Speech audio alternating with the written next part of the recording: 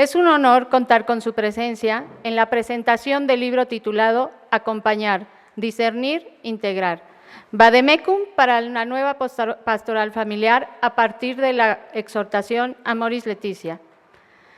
Presento ante ustedes a quienes nos acompañan esta tarde en el Presidium.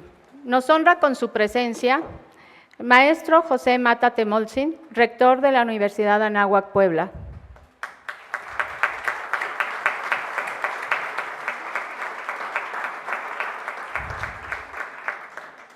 Su Excelencia, Monseñor Víctor Sánchez Espinosa, Arzobispo de Puebla.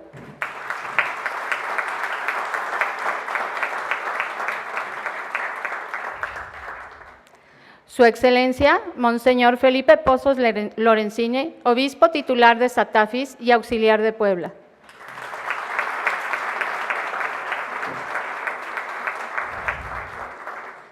Presbítero Dr. Juan José Pérez Oba Díez del Corral, profesor ordinario de la sede central del Pontificio Instituto Giovanni II per Studi su Matrimonio e Familia de la Universidad Lateranense di Roma.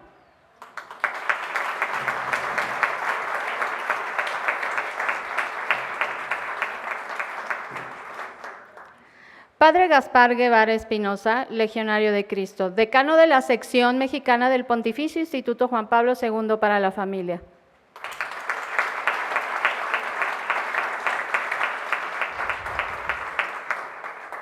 Maestra Ana María Renner, directora del Pontificio Instituto Juan Pablo II para la Familia, Plantel Puebla.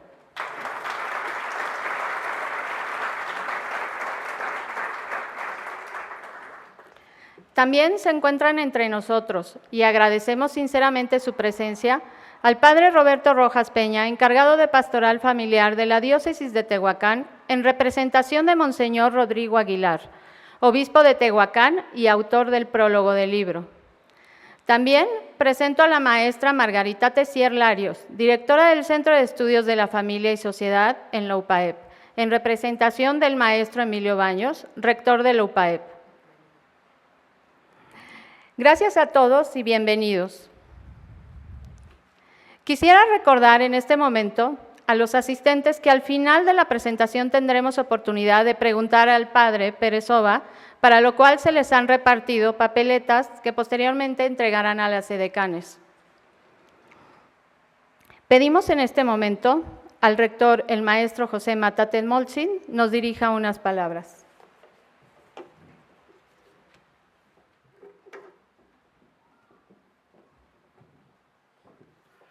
Muy buenas tardes a todos y muchas gracias a don Víctor Sánchez Espinosa por hacernos el honor de estar presente entre nosotros esta tarde. Por supuesto también a Monseñor Felipe Pozos, muchas gracias por estar aquí, al Padre Gaspar, gracias por hacer el viaje.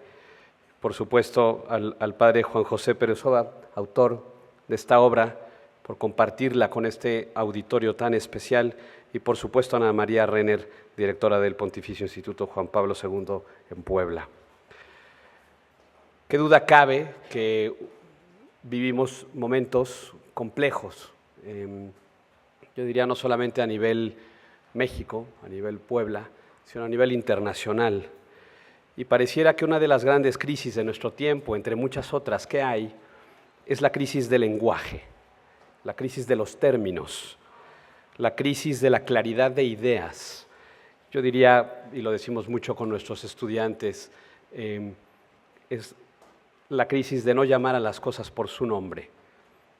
Y tenemos términos que en estos tiempos hay poca claridad y pareciera que están más bien sometiéndose al voto popular, ¿no? Términos como valor, principios, derecho, justicia, igualdad. Y luego hay otros términos, tal vez otra categoría, que tienen un impacto profundo, como dignidad, verdad, el bien y el mal. Insisto, se les somete a una metodología de voto popular en función de las personas y el número de personas que lo aprueben, cobran cierta relevancia en nuestro tiempo. Pero hay aún otros términos que nos impactan, todos ellos, de manera directa. Y ellos son persona, vida, matrimonio y familia. Pero qué duda cabe que nosotros, y particularmente en esta institución, que es una universidad católica, tenemos una certeza muy clara, y es la certeza de siempre tener cerca la luz que nos brinda el magisterio, la tradición, la doctrina de nuestra Santa Madre Iglesia y, por supuesto, siempre del Evangelio. Acompañar, discernir, integrar esta mirada de la pastoral familiar a partir de Amoris Laetitia es una gran esperanza para efectivamente en estos tiempos tener una lectura completa de lo que la Iglesia nos propone a nosotros como creyentes y a nosotros como sus fieles hijos. Es por eso que la presentación de este libro es un motivo de esperanza para cada uno de nosotros, de tener esa certeza y claridad en los términos, en los principios, en las ideas, para de esa manera, en un frente común, brazo a brazo, hacer frente a las grandes crisis de nuestro tiempo, la crisis de las ideas, las crisis de la identidad, y estar ciertos que vamos siempre por el camino correcto. En ese sentido, otra vez, muchas gracias a todos ustedes por acompañarnos y mejor los dejamos en manos de los expertos que nos contarán hoy todas estas ideas. Bienvenidos a su casa.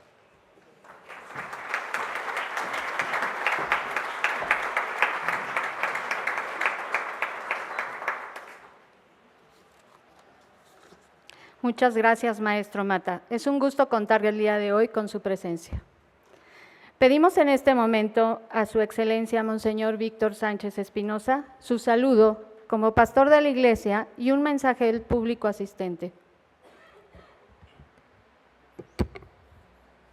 Para Puebla es una bonita oportunidad el que se tenga este evento de presentar esta obra, acompañar, discernir, integrar. Valdemecum para una nueva pastoral familiar a partir de la exhortación del Papa Amoris Laetitia. Es una bonita oportunidad porque siempre en estos casos la beneficiada es la sede. Estos eventos benefician mucho a la sede que recibe el evento y la Arquidiócesis de Puebla siempre está abierta a recibir cualquier evento de cualquier pastoral, de las distintas pastorales diversificadas. Si es la pastoral profética, si es la pastoral litúrgica, si es la pastoral social. Y en este caso, pues qué decir de la pastoral familiar, que es una prioridad en las distintas pastorales. Por eso agradezco al autor, agradezco a la universidad que nos permite tener la oportunidad de un momento de reflexión sobre este Vademecum, esta exhortación apostólica Amoris Laetitia, sobre la que se ha escrito tanto. Agradezco pues al señor rector, a la universidad, el que nos permita estos espacios para esta tarde de reflexión y de convivencia. Muchas gracias.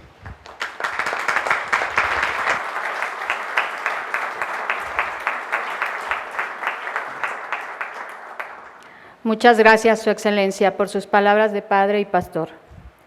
A continuación, le pedimos a nuestro decano, Padre Gaspar Guevara, Legionario de Cristo, que nos introducirá al conocimiento de la obra y del coautor del libro que hoy presentamos.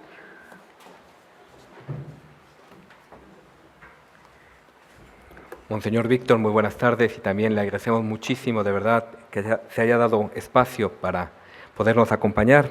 Sabemos que ha cumplido años y por eso también lo felicitamos y le encomendamos mucho para que Dios le siga fortaleciendo y bendiciendo en esta misión tan hermosa que usted lleva en esta Arquidiócesis de Puebla.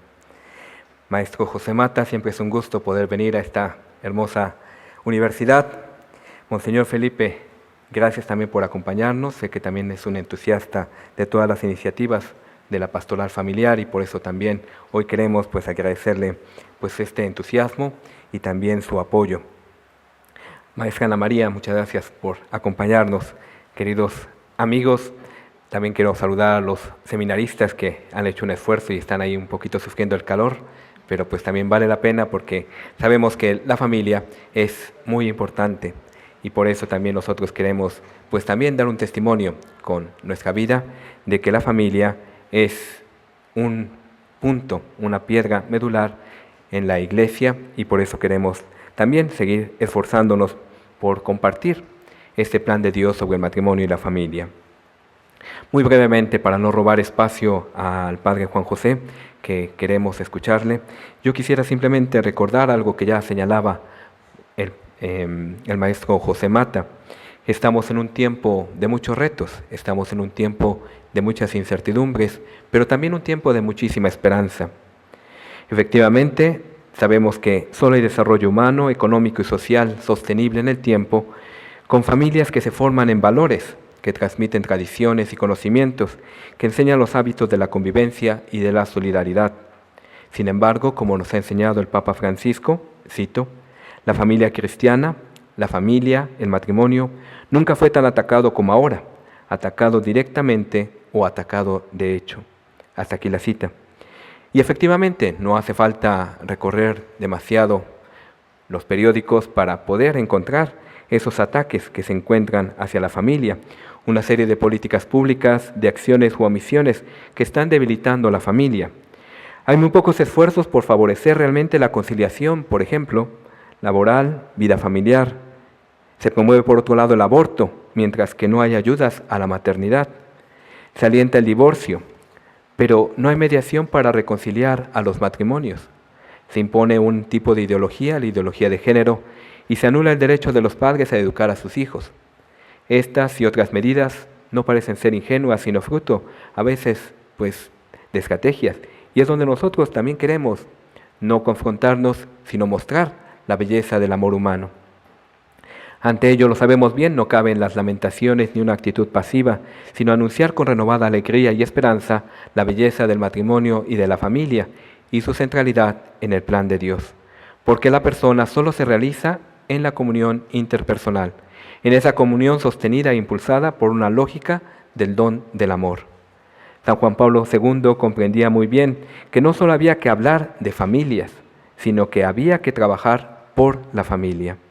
Por ello, tuvo muchas iniciativas a lo largo de su pontificado. Una de ellas pues, fue el Consejo Pontificio para la Familia y también este Pontificio Instituto que lleva su nombre.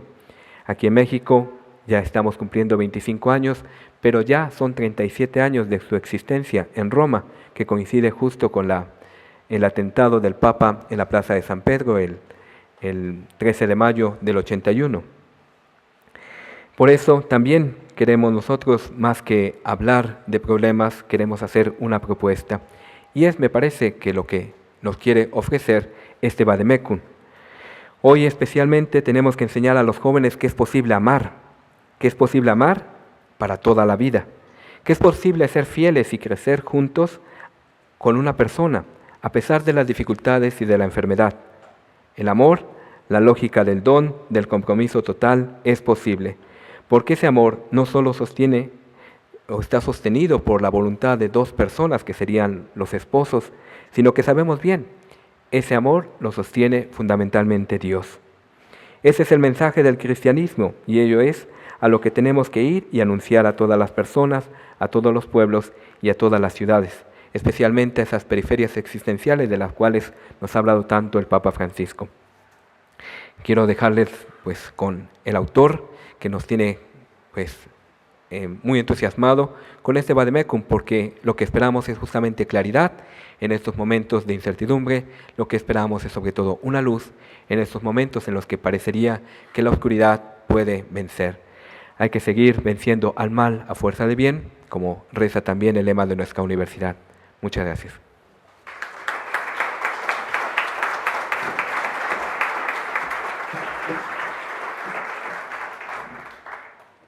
Agradecemos al Padre Gaspar Guevara Espinosa, Legionario de Cristo, por sus palabras que nos han ofrecido el contexto adecuado para comprender la importancia y riqueza de este libro. Elaborado por 3 importantes profesores de la sede central de Roma, de nuestro instituto, el Padre José Granados, Stefan Kampowski y el Padre Juan José Pérez Oba. Sin más preámbulos, Nos preparamos para escuchar al Padre, Dr. Juan José Pérez Soba Díaz del Corral, coautor del libro. Padre Juan José, escuchamos con emoción y atención sus sabias palabras.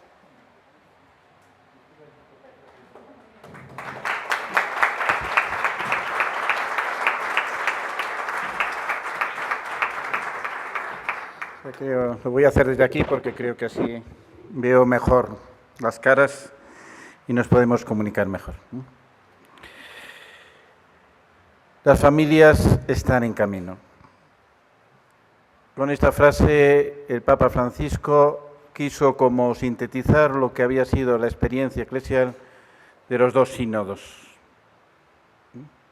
La palabra sínodo es precisamente caminar juntos. Y por eso, ante lo que había sido único en la historia, la consecución de dos sínodos en 2 años, lo que quería manifestar que no había acabado un camino, sino que empezaba. Pero que empezaba ante todo en cuanto al sujeto del camino, quien caminaba era la familia.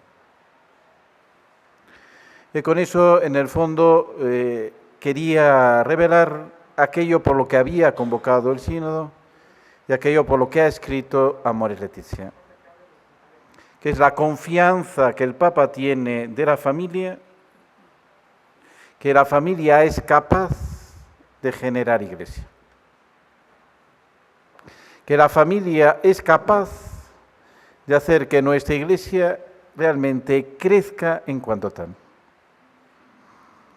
Por eso, mientras manifestaba en ese discurso en la audiencia inmediatamente posterior al fin del sínodo del 2015, como diciendo, tengo que pensar todo lo que ha sido la experiencia de estos días, pero realmente confío en las familias para que puedan seguir caminando. Es ante todo una confianza en lo que es una misión. Y cuando en el fondo el Papa dice que la Iglesia tiene que ser misionera, lo que nos ha dicho en este momento es que está pensando en las familias. Que las familias tienen una misión recibida directamente de Dios y que a la medida que la realicen, la Iglesia será más familia. Y esta es la urgencia que en el fondo pide una respuesta por parte de las familias. Con esto creo que aclaramos algo que ya es antiguo, porque lo dijo Juan Pablo II en su primera encíclica, Redemptor Hominis, expresaba esa frase un poco enigmática en que el hombre es el camino de la Iglesia. Con eso él quería manifestar el misterio de la redención como centro de la vida eclesial que pasa por la verdad del hombre. Pero ya en la Carta de las Familias del año 94 aclaraba esa primera cita con otra más clara. La familia es el camino de la Iglesia. Esta expresión valerosa creo que ahora se puede entender mucho mejor. Que significa, en primer lugar, como la Iglesia, para entenderse a sí misma, tiene que mirarse en la familia.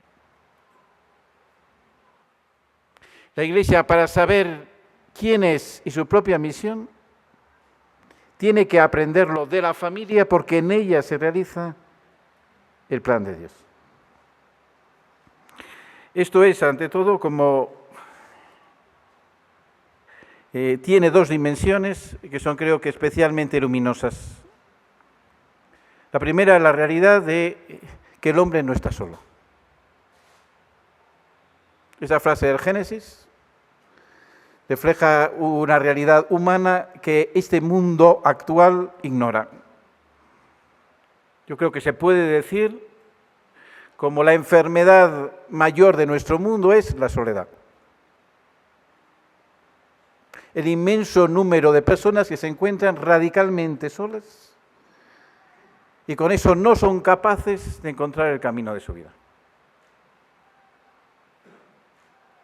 Esa es a lo que nos conduce una cierta manera de comprender al hombre, que lo desgaja, de ese lugar donde es acogido, que es ciertamente la familia. Por eso la Iglesia aprende su misión de que nadie tiene que encontrarse solo, porque Jesucristo ha venido a encontrarse con cada hombre. Pero como ese modo natural de encontrarse con Él, es el primero ser acogido en una familia, ser llamado a crecer en una familia y al final encontrar su propia misión en su propia familia. Segundo de los aspectos de ese camino de la Iglesia que es la familia, es precisamente ver cómo Dios se ha hecho creíble para el hombre, que es por un lenguaje de amor. He trabajado tantos años en la preparación al matrimonio, unos 17 años, y por eso siempre que hablaba a los que se estaban preparando, normalmente les decía esta frase. ¿Qué os está diciendo Dios? Me miraron un poco espantados, porque algunos pensaban, mejor que no me diga nada, porque me puede echar una bronca muy fuerte. Es decir, no, Dios os habla de un modo que lo podéis entender muy bien. Dios os habla por vuestro amor. Os está diciendo tantas cosas. Y qué importante es que las escuchéis, que las interpretéis, que las hagáis bien. Solo en la medida en que realmente lo hagáis, viviréis plenamente. Esto es lo que la Iglesia tiene que aprender de la familia. Por lo tanto, para el Papa está claro, es todavía una misión a hacer. Es algo que Dios pide a su Iglesia, pero que realmente todavía estamos muy lejos de que sea nuestra realidad. Creo que este es el objetivo fundamental de la exhortación. Cualquier otra manera de entenderla o la reduce inmediatamente, y creo que eso es lo que siempre conduce a una ruina de la familia, porque conduce a pensar en la familia solo como un problema, cuando realmente la familia es el gran recurso de la Iglesia. Pensamos cómo resolver los problemas de la familia cuando realmente tenemos a la familia que es capaz de llevar adelante una vida más plena de la Iglesia. Por eso, para leer adecuadamente la exhortación, que es la primera cosa que es importante hacer, es una exhortación larga, con capítulos muy distintos, con estilos diversos. Tanto una lectura real y una lectura pastoral de la exhortación no es sencilla. Y para eso creo que hay que tener al menos un primer aviso, que es como todo se ha generado en un gran debate social y eclesial, y que normalmente ha hecho más difícil a veces comprenderla.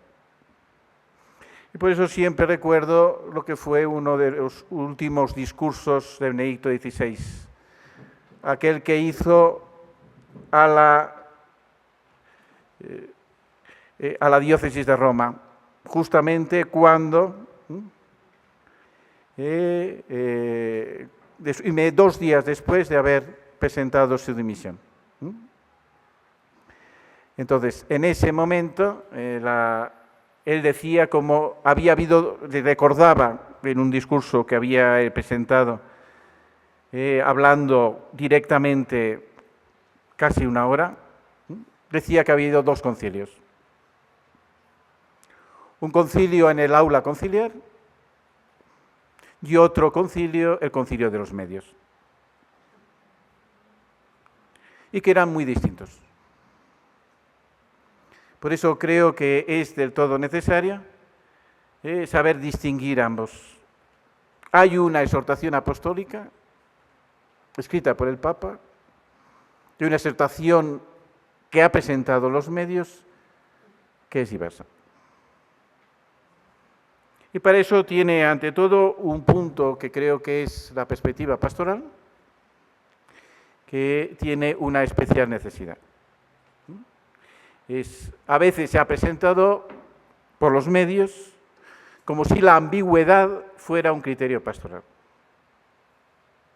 Como si que todo valga al fin y al cabo, es la mejor manera para atraer a las personas y que de ese modo pues las podemos ir llevando adelante. Por eso no hay que decir las cosas muy claras, hay que decir los que se pueden interpretar de maneras distintas porque así estamos todos más contentos.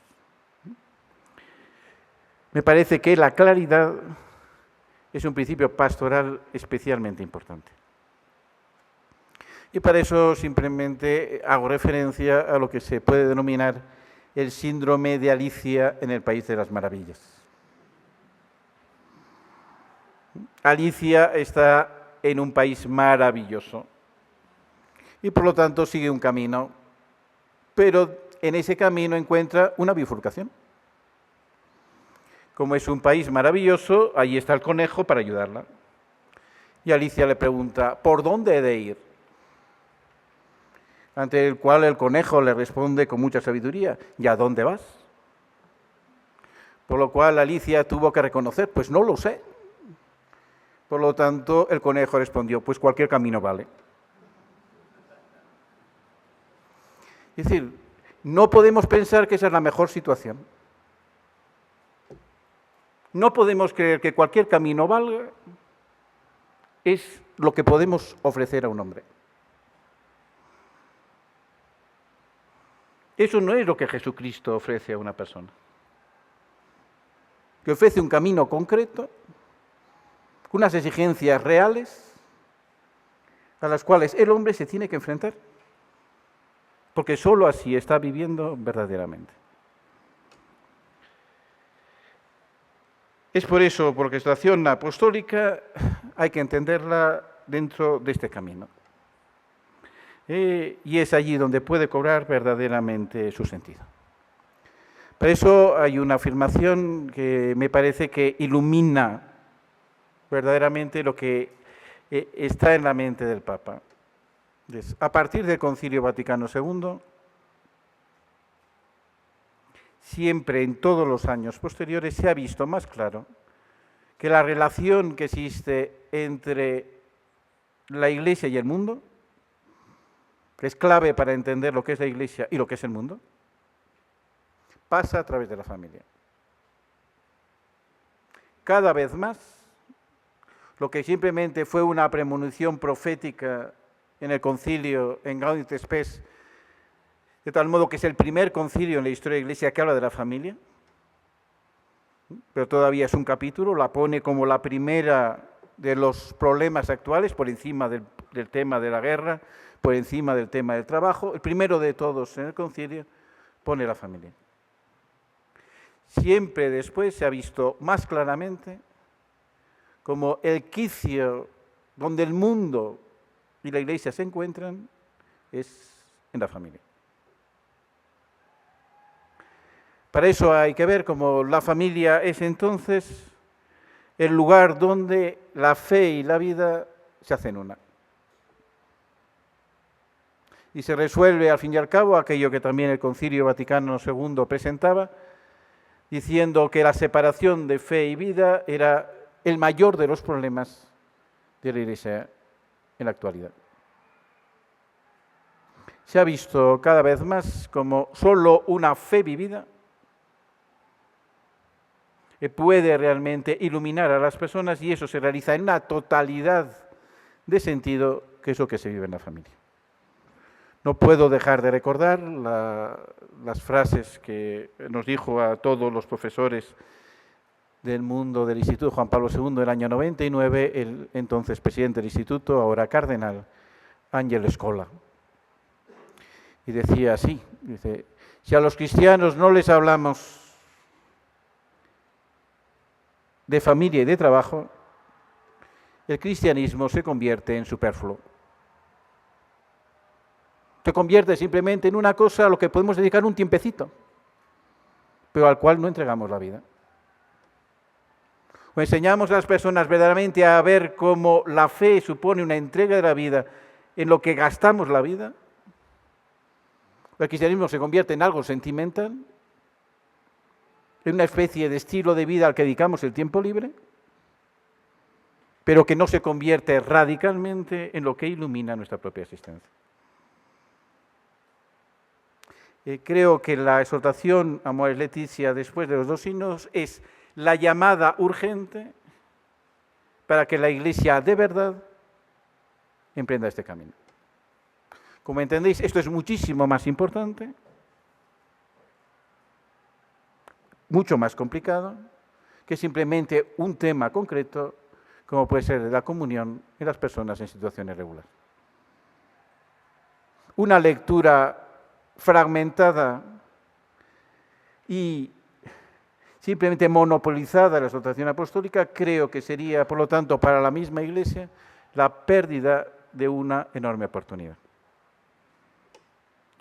Por eso, el modo de entender la exhortación apostólica es aquello que ya decía el Papa en la primera exhortación Evangelii Gaudium, cuando decía que la Iglesia misionera requería una conversión pastoral.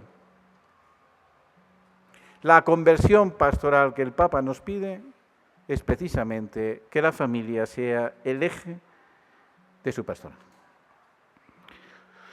Por eso, creo que el modo realmente de iluminar el conjunto de la encíclica es aquello que el Papa nos dijo justamente en la vuelta de su viaje a Azerbaiyán. Cuando dijo, todo el mundo va al capítulo 8, pero hay que leerlos todos. Para mí el capítulo 4 es el más importante. Ciertamente, si uno lee detenidamente la exhortación, ve cómo la frase amor verdadero aparece en los puntos fundamentales para expresar la luz con el cual hay que leer lo demás. ¿Qué significa esto? Algo que no estamos acostumbrados a relacionar amor y verdad. Aunque todo el magisterio desde hace 40 años lo ha intentado. Pero porque realmente todavía en nuestra pastoral no hemos hecho de la verdad del amor su eje. Dentro del tema de la familia, creo que tiene una importancia especial aquello que ya el Papa nos dijo sobre cómo la familia en la actualidad tiene que ser en gran medida un hospital de campaña. Ante las dificultades de la familia, ante los problemas que afectan a tantas personas, ante el sufrimiento de muchas personas, esto es especialmente real. Pero si nos situamos como un hospital de campaña, ¿qué es lo que tenemos que observar? ¿Cuál es la enfermedad? O tenemos clara la enfermedad, o con la mejor intención podemos equivocarnos radicalmente en el tratamiento. Las dimensiones del problema, el sufrimiento que conlleva, la internacionalidad del mismo, indican fundamentalmente que es una epidemia. No es simplemente que algunas personas se pongan malas, sino que hay verdaderamente un virus que se comunica, que contagia y que crece enormemente. ¿Qué es lo que hace un epidemiólogo? Su tarea fundamental es descubrir dónde está el foco de la epidemia. Tiene que determinarlo como sea. Porque sabe que si se equivoca podrá cuidar a muchísimos enfermos, pero se le van a morir todos. Podrá hacer un esfuerzo enorme, pero el efecto será destructivo. ¿Cuál es la epidemia? Tiene un nombre, y es emotivismo. Pues se podría explicar muy largamente, dentro del instituto procuramos hacerlo. Significa fundamentalmente que si en vez de estar hablando a este auditorio lleno de personas que trabajáis en el tema de la familia, que estáis preocupados en ella, fuera un auditorio de puros adolescentes, Y tantos me dirían, qué tonto es este padre que me quiere convencer que esto es importante cuando yo lo siento de otra manera. Las personas generalmente ahora aducen a cómo se sienten para guiar su propia vida. ¿Por qué las personas no van a misa? Porque no lo sienten. ¿Por qué las personas abandonan la oración? Porque no lo sienten.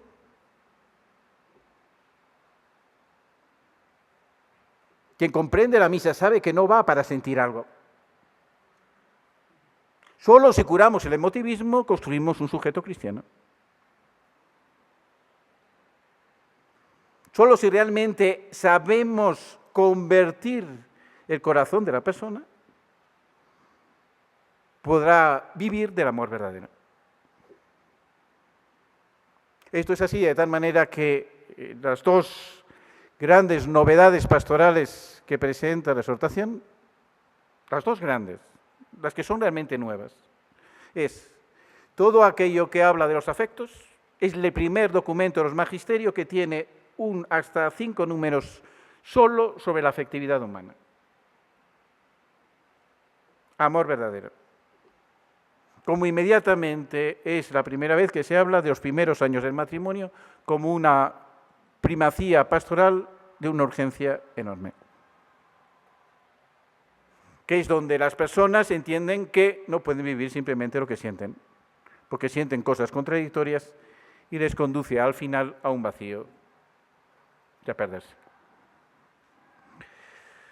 Todo esto lo que nos hace decir es una pastoral dirigida al amor verdadero, a que las personas puedan descubrir en él qué es lo que les dice Dios.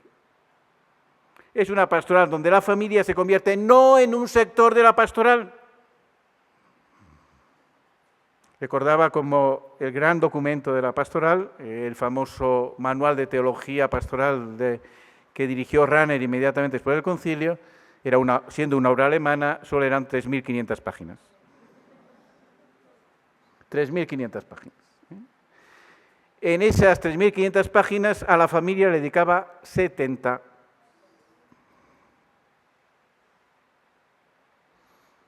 La importancia real de la familia no ha alcanzado su valor verdadero en nuestra pastoral.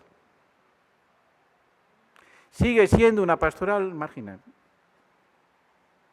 Sigue siendo una pastoral que se la toma fragmentada porque se la toma siempre en competencia con otras pastorales. Por lo cual a ella, sobre todo centrando en la parroquia, ¿qué es lo que se enseña a los seminaristas aquí presentes? Que tienen que celebrar los sacramentos, que tienen que dar catequesis, que tienen que tener caritas. La familia no aparece. No saben la inmensa mayoría de los sacerdotes qué hacer realmente con la familia. Porque no se les ha enseñado, porque no hemos pensado cómo hacerlo. Entonces, ¿qué piensan sobre la familia? Que le va a traer problemas y mejor no meterse. Y ante esta exhortación, pues todo puede ser, pues todavía un problema mayor. ¿Tengo que dar la comunión? ¿No tengo que dar la comunión? Esto es terrible. Por lo tanto, o realmente interpretamos bien la exhortación apostólica o en vez de ser un impulso para la pastoral familiar, puede convertirse en un rechazo enorme a la misma. Más problemas todavía.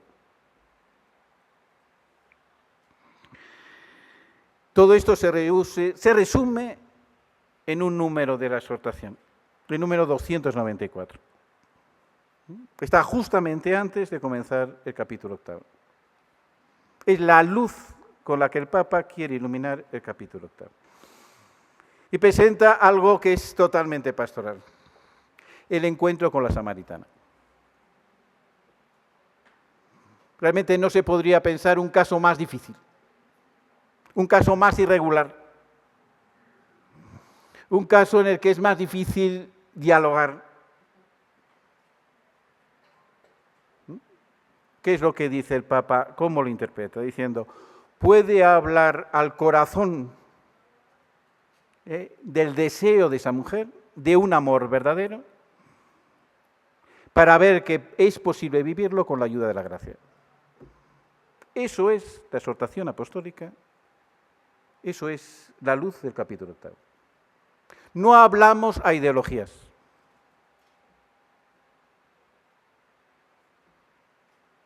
No hablamos simplemente a un nivel sociológico de determinados modos de actuar. La samaritana a nivel sociológico estaba más allá de todos los límites. Tenía un corazón, tenía un deseo de un amor verdadero. Eso lo tiene todo hombre. Es a lo que la Iglesia tiene que llamar.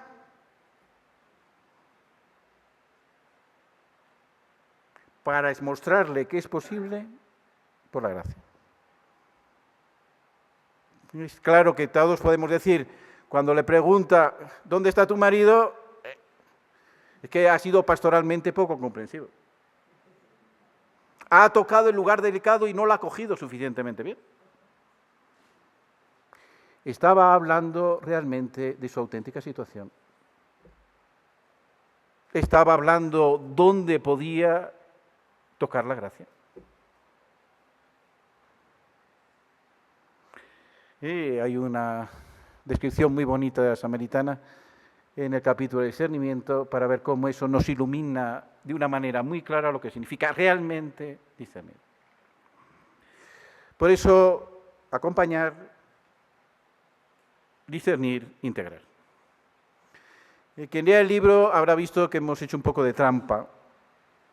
Ya hemos cambiado el orden.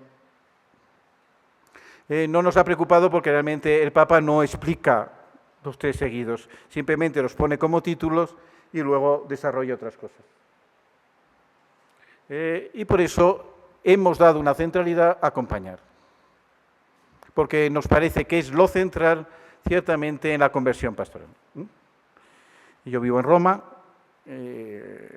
durante el sínodo vivían en mi casa 40 padres sinodales, y dentro de las discusiones que tenían hablaban todos de acompañar y se lo hacían con mucha intensidad. A mí me queda una cierta impresión. Es decir, no saben lo que están diciendo.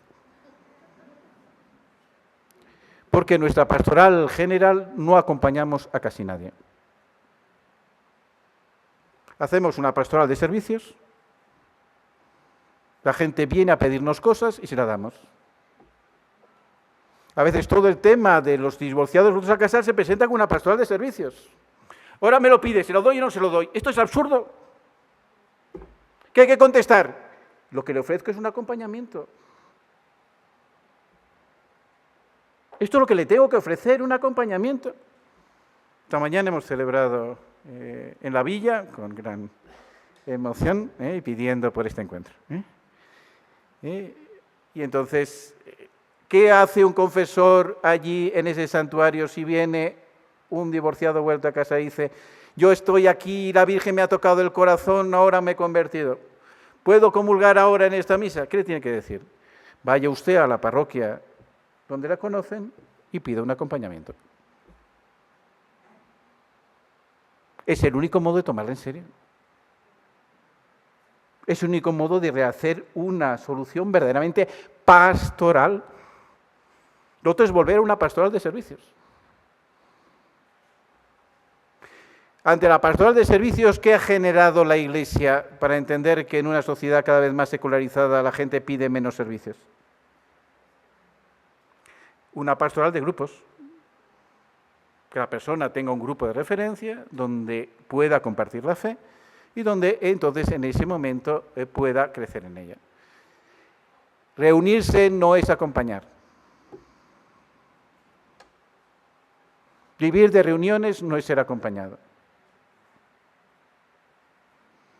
Tenemos que dar un paso más y esa es la conversión pastoral que se nos pide, acompañar. Y por eso acompañar es la imagen del camino. Acompañar son los discípulos de Emaús. En algunas portadas del libro, porque el libro ha salido ya en italiano, en España, en Alemania, en Estados Unidos, ahora ya va a salir en Francia este mes, nos han pedido ya también de Portugal, y también ha salido en Chequia y estamos esperando en Rumanía y en Croacia.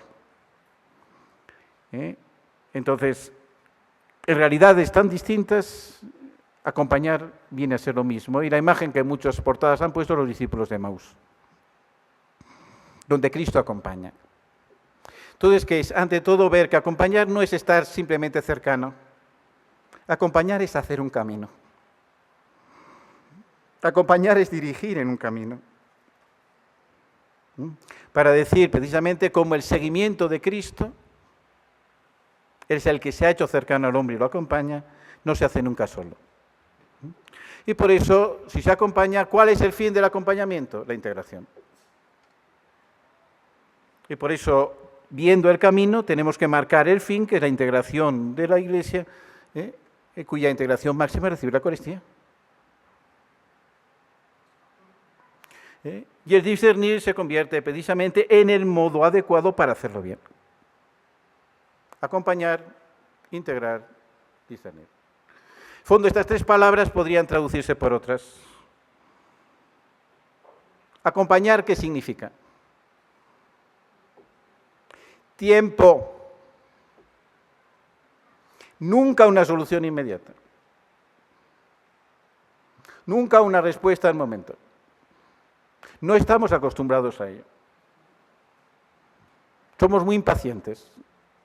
Queremos resultados inmediatamente.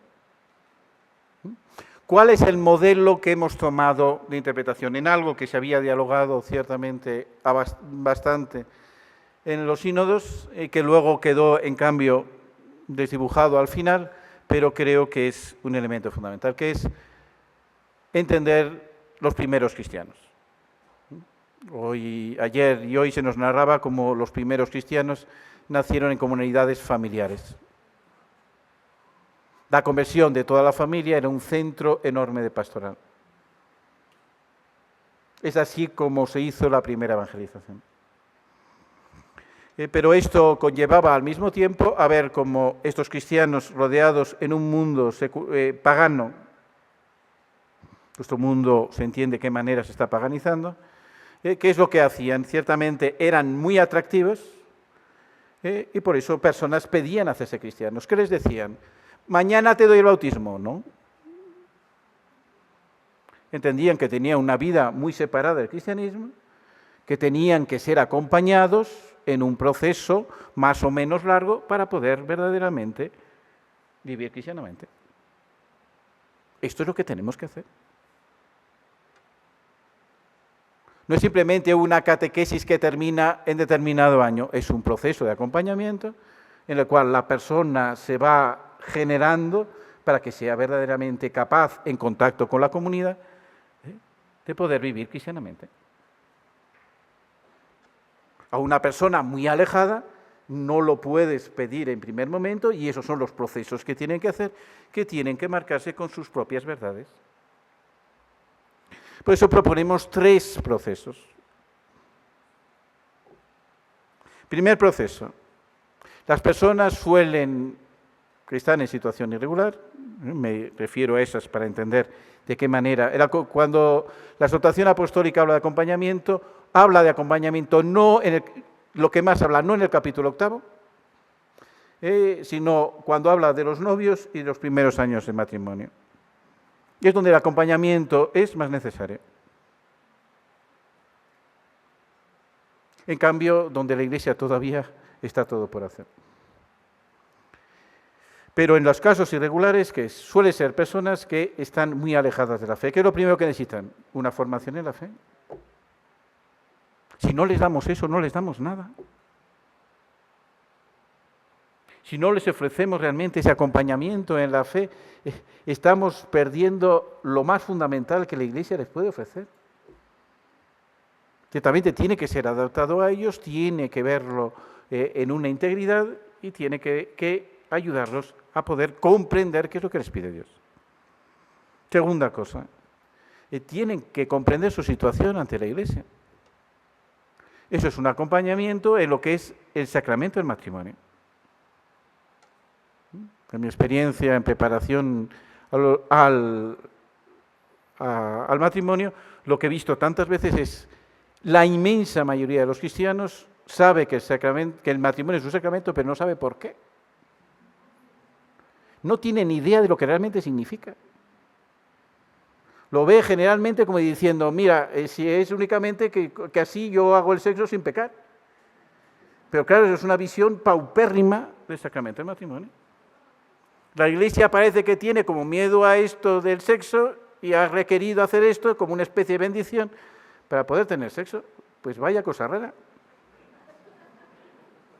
Ciertamente no es así. Sacramento del matrimonio es ante todo como Dios hace presente en el amor humano para enseñar a vivir en plenitud. Y solo si acompañamos, realmente las personas comprenderán de nuevo esa riqueza enorme que una visión intimista del amor o que una visión privatizada del amor ha roto casi. Y si hablábamos de esa enfermedad del emotivismo, ¿cómo se traduce en el momento de casarse? Que las personas se casan con amor romántico y se casan con una mentalidad adolescente. Claro, eso no se suple con unas charlitas. Se suple con un acompañamiento. Tomando en serio lo que significa realmente acompañar a las personas. Tercera cosa, es recuperar algo que en la primera iglesia se hacía, que es precisamente un itinerario penitencial. Para poder realmente reconciliarse en situaciones en que hay cosas rotas, no hay nada tan falso como en el amor romántico de decir que se empieza de cero. No se empieza nunca de cero. Hay enormes heridas. Ocultar las heridas no es empezar, es enterrar. El cristianismo no podemos simplemente dar por supuesto ya situaciones de hecho, sino tenemos que buscar la verdad ante Dios de ellas. Y es necesario acompañar para que la persona pueda ser auténticamente reconciliada. Para que la persona pueda vivir sin ofender a un sacramento. Porque sólo así vive plenamente lo que Dios tiene. ¿Qué significa entonces integrar? Integrar significa comunidad cristiana. Comunión. Ya se vivió respecto a la familia una falta enorme de comunión con la encíclica Humanae Vitae, cuya consecuencia inmediatamente posterior es que todo el impulso que el concilio había dado a la familia generalmente no llegase a la pastoral, presentando como si fuera un tema conflictivo y que por eso era mejor no hablar. Traduciéndose eso de una manera especial a la sexualidad. De tal modo que actualmente un joven suele oír hablar de sexo por todas partes menos en la iglesia. Y podemos entender qué es lo que piensa, cómo se forma.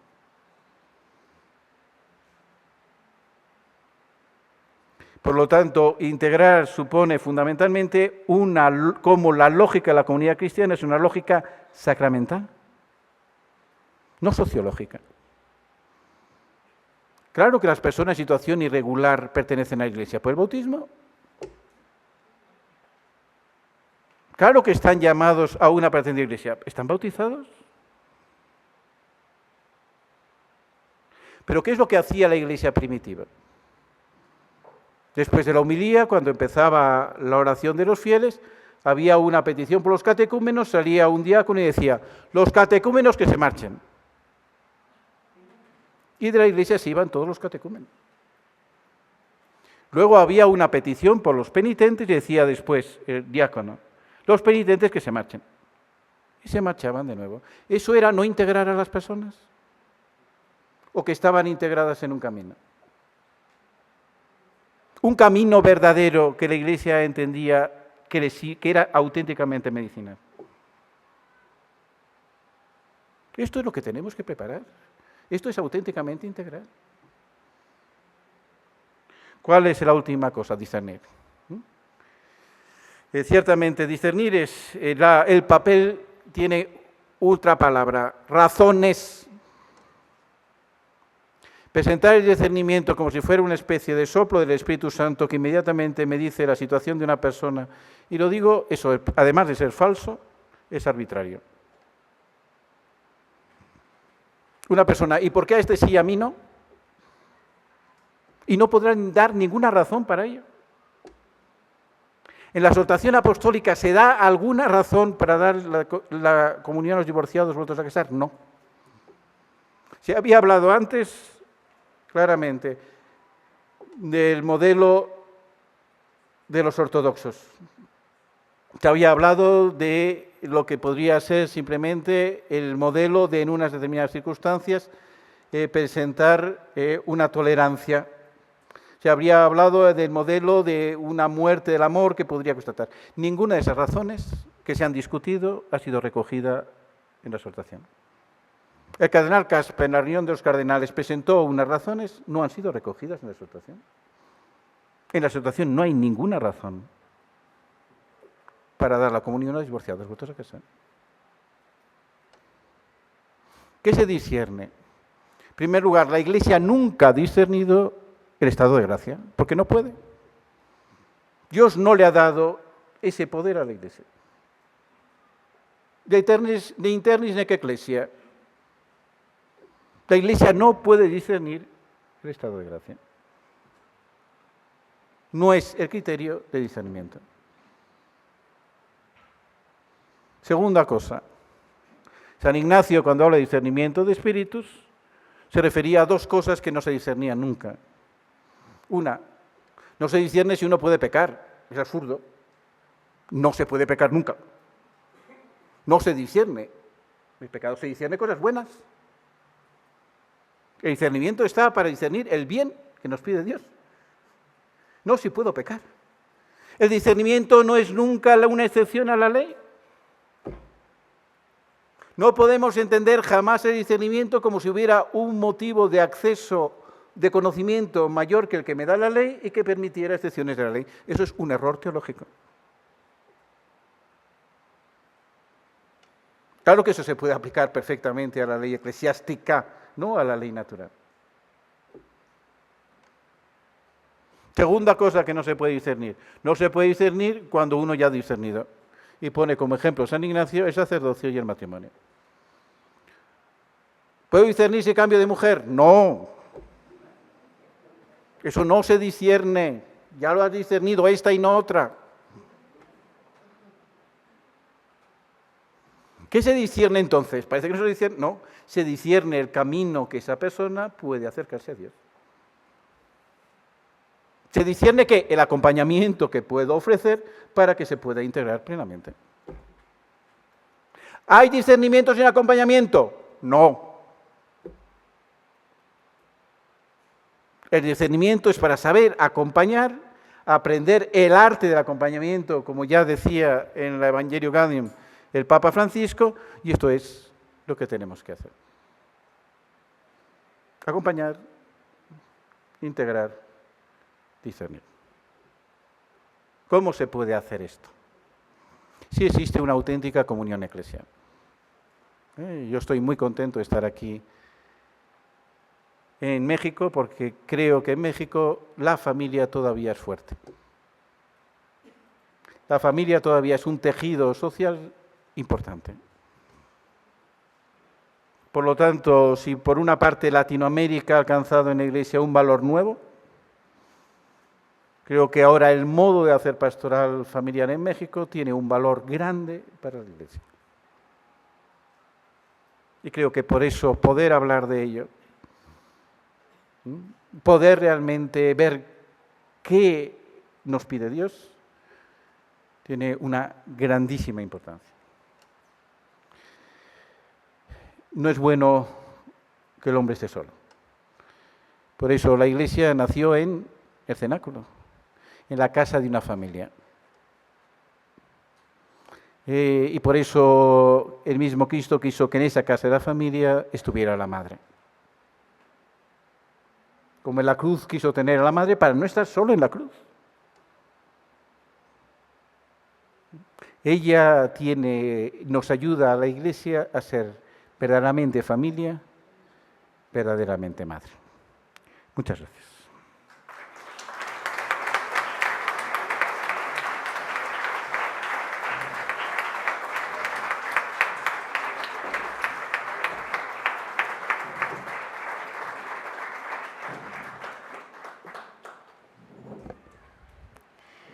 Agradecemos profundamente al Padre Juan José Pérez-Oba por la claridad de su exposición y por ofrecernos las líneas maestras del Vademecum que nos ayudan a comprender mejor la exhortación apostólica Amoris Laetitia y el modelo de pastoral familiar que nos pide la Iglesia ante los retos del mundo contemporáneo.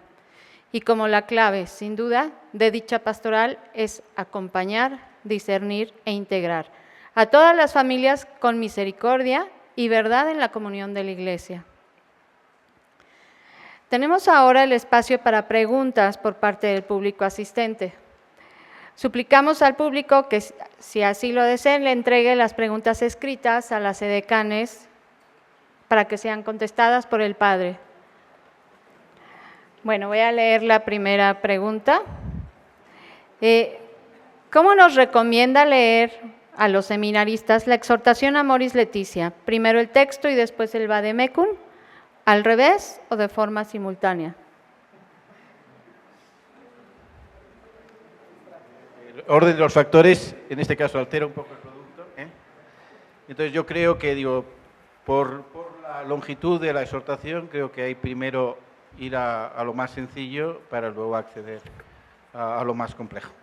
Y entonces yo creo que simplemente es evidente que uno puede leer la exhortación directamente, pero creo que le orientará en la lectura y podrá hacer una lectura mucho más profunda de la misma.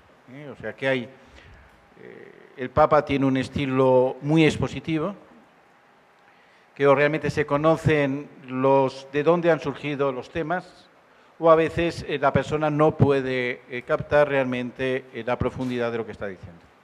Eso en el ámbito de lo que he dicho de la afectividad, en el ámbito del acompañamiento, en el ámbito de discernimiento. Por tanto, yo creo que simplemente esto es una ayuda a la introducción. Por otra parte, desde un punto de vista pastoral.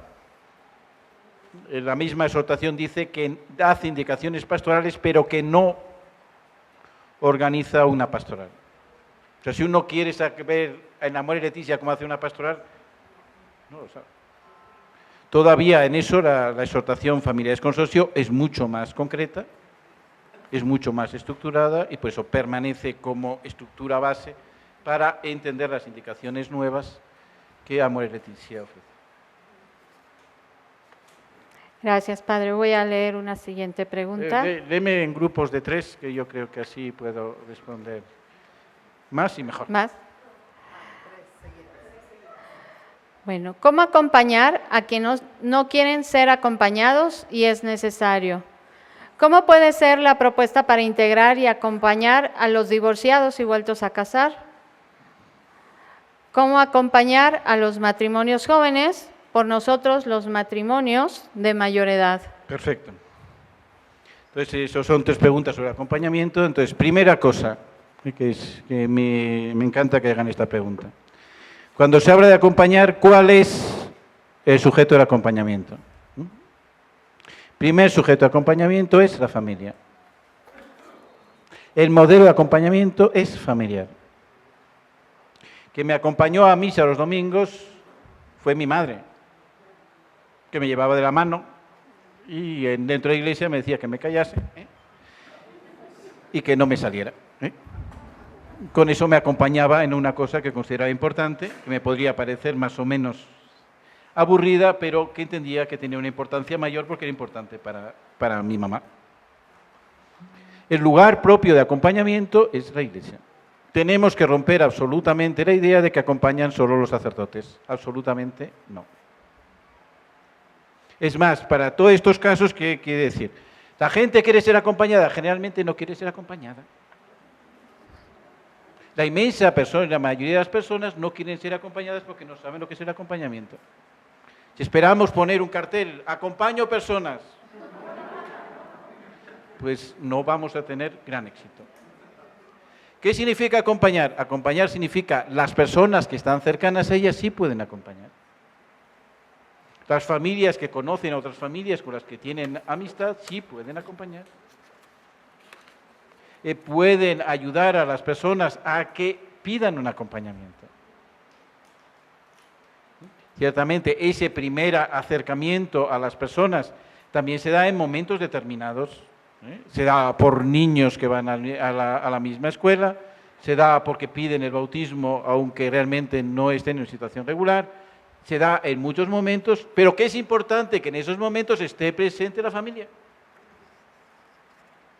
Uno de los primeros momentos para comenzar un acompañamiento es que siempre que se pide el bautismo no lo reciba solo un sacerdote, sino también una familia.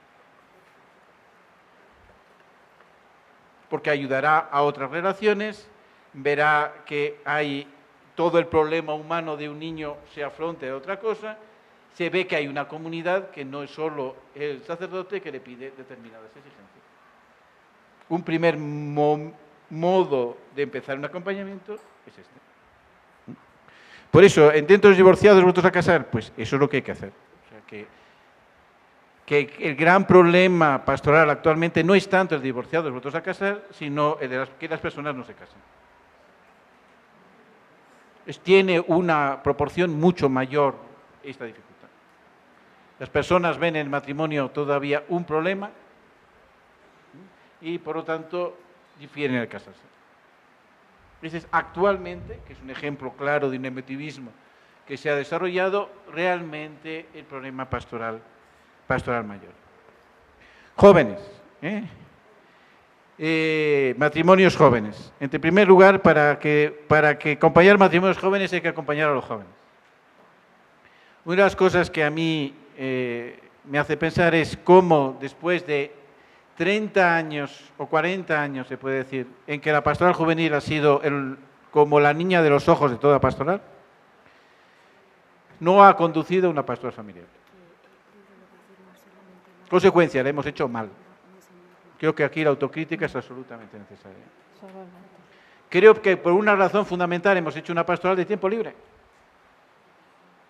La gente se casa y no tiene tiempo libre. Y el modo de hacer una pastoral juvenil basada en un hecho que no es existencial se convierte en una dificultad enorme para la pastoral posterior. Acompañaremos parejas jóvenes y acompañamos a los jóvenes ¿en qué? En vivir el amor verdadero.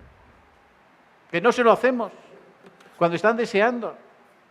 Y todo el mundo sabemos que los grupos de jóvenes es donde muchos van a buscar marido, a buscar, y no les hablamos de eso. Les defraudamos enormemente. Entonces, creo que por eso la pastoral familiar tiene que tener un contacto con el resto de las pastorales. Para que haya una unidad de fondo que permita precisamente este acompañamiento como una continuidad. Vamos adelante. ¿Qué decirle a una persona que a conciencia se acerca a comulgar siendo divorciado y vuelto a casar, sin nulidad del matrimonio sacramental? ¿Cómo prepararse mejor para el discernimiento? Muy bien.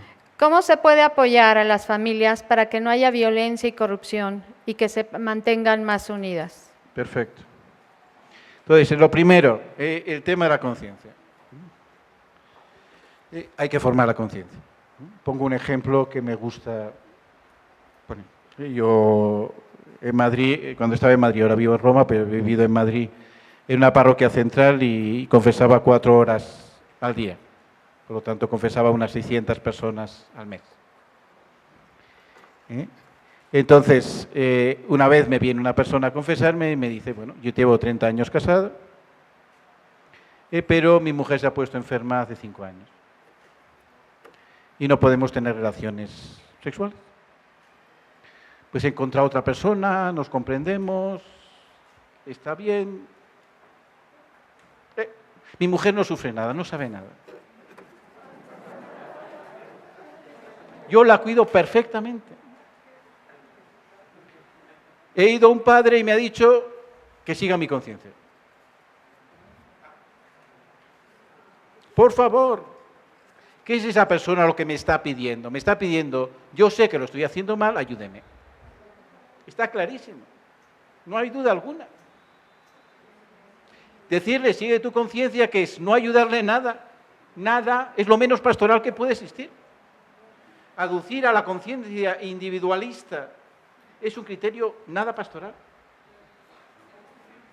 Nada pastoral. Es la ruina de todas las pastorales. El buen pastor llama a la oveja. Hay que llamarla por su nombre para que responda y pueda seguir. ¿Qué hay que hacer? Hay que hablar a la persona para que realmente vea su situación según Dios y acompañar. Sobre todo cuando se causa un escándalo. El siguiente, ¿cómo prepararse el discernimiento? Entonces, primero leyendo el libro. Que eso ayuda mucho. Ciertamente, el tema fundamental es formación. Formación. O sea, no se puede trabajar en pastoral familiar sin una formación adecuada. No basta la buena voluntad. Son temas delicados, son temas que las personas tienen preguntas, son temas que tienen que tocar mucho los afectos, es necesario formarse. Instituto Juan Pablo II, por eso. Ayudamos a esa formación. Creo que es una ayuda a la diócesis para que toda diócesis realmente pueda formar por sí misma. No todo el mundo puede seguir ciertamente todo el curso, pero es preparar a personas que pueden formar a otras para que realmente esa formación sea una formación integral. Una pastoral sin formación pierde enormemente su eficacia. Hay que ayudar a la familia a ser familia. Y entonces, y por eso la ayuda a mientras las cosas buenas solo son de una manera, las cosas malas son de 1000 formas distintas. Entonces yo creo que en eso sí que, en respecto de pastoral, sí que hay que ver una cosa que creo que es necesaria. Hemos hecho excesivamente una pastoral basada en resolver problemas. ¿Qué ocurre cuando la pastoral es solo resolver los problemas ajenos? Que generalmente lo primero que hacemos es llegamos tarde. El problema ya está. La misma exhortación apostólica dice que la pastoral tiene que ser sobre todo preventiva. La pastoral tiene que ser ante todo preventiva. Segunda cosa, no solo llegamos tarde, sino que los problemas se multiplican. Siempre hay más problemas. Y tercera cosa, no solo llegamos tarde, no solo los problemas se multiplican, sino que además quien lleva la dirección de los problemas es otro. La Iglesia va detrás. Esto es esencial. O hacemos una pastoral propositiva, una pastoral que genera cultura, una pastoral que propone a las personas un camino de vida, o no respondemos al Evangelio. Y en el tema de la familia, esto es esencial. No podemos solo ver los problemas de la familia, tenemos que hacerlo. Así. Vamos a ver. 3 más. 3 Creo más. que estáis agotados. Sí. ¿Por qué es tan difícil al interior de la Iglesia leer y discernir la exhortación? ¿Son nuevas tentaciones? ¿Qué opina de las posturas tan opuestas de conferencias episcopales como por ejemplo Malta y Filadelfia? Sí. ¿Y por qué ponen los textos diciendo divorciados vueltos a casar? Sugiero se escriba divorciados vueltos a unir, porque las personas en esta situación piensan y aseguran que sí se pueden casar por la Iglesia. Estupendo. Empezamos en la otra cosa, ciertamente la terminología ha sido lo que ha sido después de otras cosas. Generalmente, por eso en el mismo libro no lo utilizamos esa expresión, sino en una nueva unión. Divorciados en una nueva unión. Es normalmente la expresión que nosotros utilizamos para que sea lo más exactamente posible. Luego, ciertamente, Filadelfia es un obispo, no es una conferencia episcopal. Lo que pasa es que el obispo de Filadelfia es el encargado por la Conferencia Episcopal Americana para guiar toda la interpretación de Amor y Leticia. La Conferencia Episcopal de Malta son 3 obispos. con 2 obispados y uno con un obispo siriano.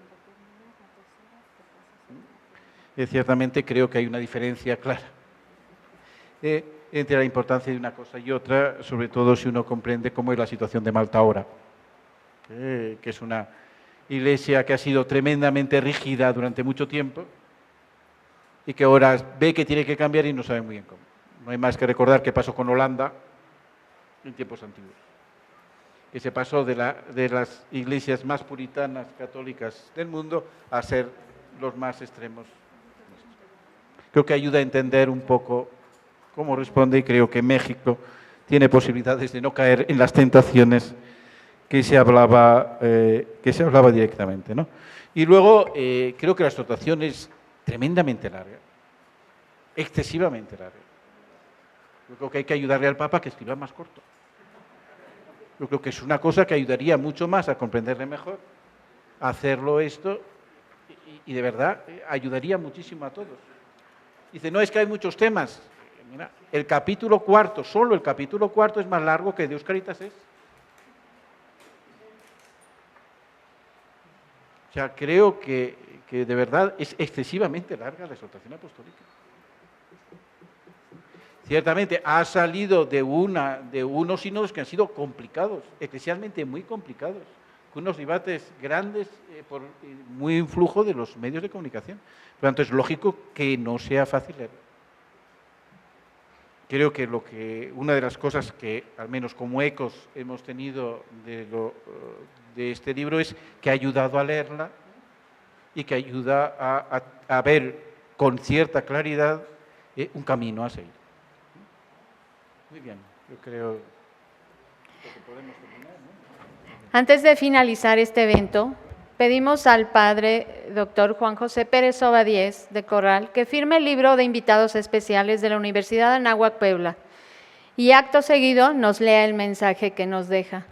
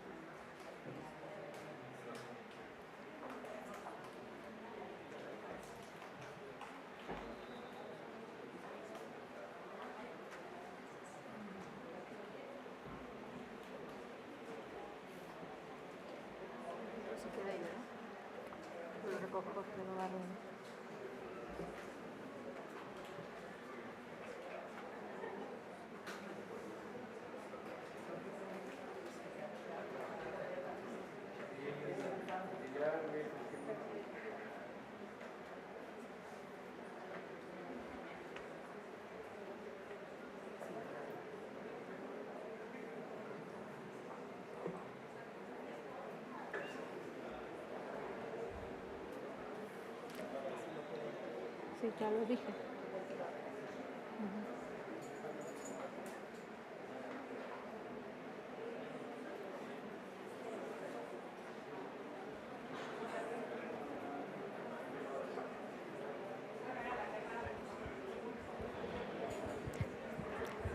Sí. Sí, está bien. A ver, es cortito, no os aburriréis, ¿eh?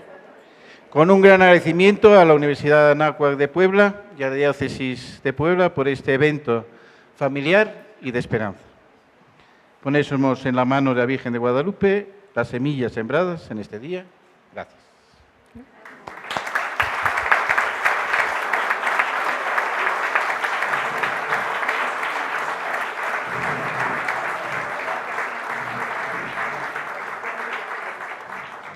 Agradecemos al Padre por su mensaje que se grabará en nuestra memoria. Deseamos entregarle este presente como muestra de nuestro agradecimiento.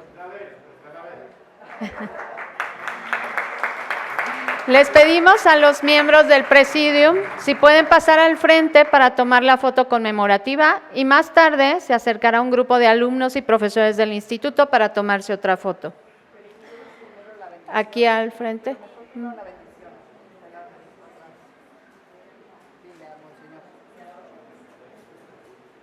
Le pedimos a Su Excelencia, Monseñor Víctor Espinosa, si le es posible brindarnos una bendición.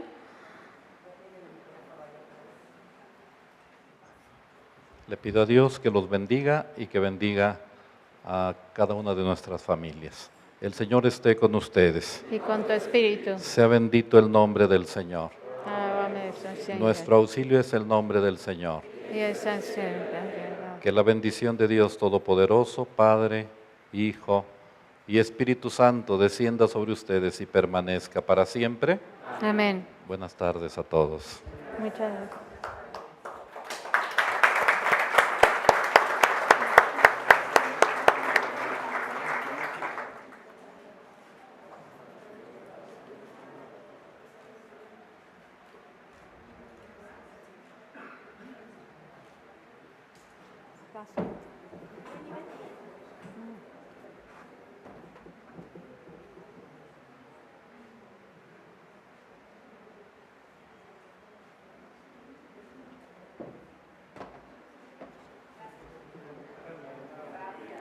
En nombre del plantel Puebla de la sección mexicana del Pontificio Instituto Juan Pablo II, queremos expresar nuestro profundo agradecimiento por su participación en este evento. Las personas interesadas en la firma de ejemplares por parte del autor, les pedimos que formen una fila en la mesa dispuesta en la parte trasera del salón. Muchas gracias y buenas tardes a todos.